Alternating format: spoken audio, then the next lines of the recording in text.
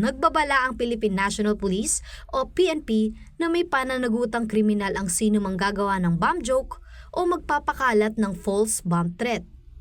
Sa ilalim ng Presidential Decree No. 1727, ipinagbabawal ang sadyang pagpapakalat ng maling impormasyon o pagbabanta tungkol sa bomba o anumang pampasabog.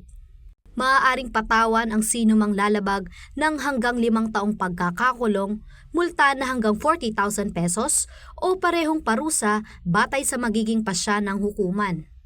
Kaugnay nito, pinayuhan ng PNP ang publiko na huwag magbiro tungkol sa bomba at agad i-report ang anumang kahina-hinalang banta. Hinihikayat din ng lahat na makipagtulungan sa mga otoridad at maging responsable sa paggamit ng social media at iba pang paraan ng komunikasyon.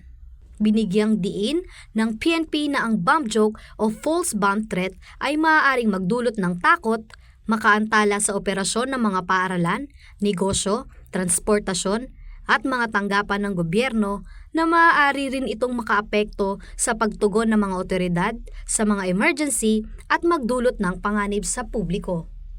Nisa Alfaro, CLTV 36 News.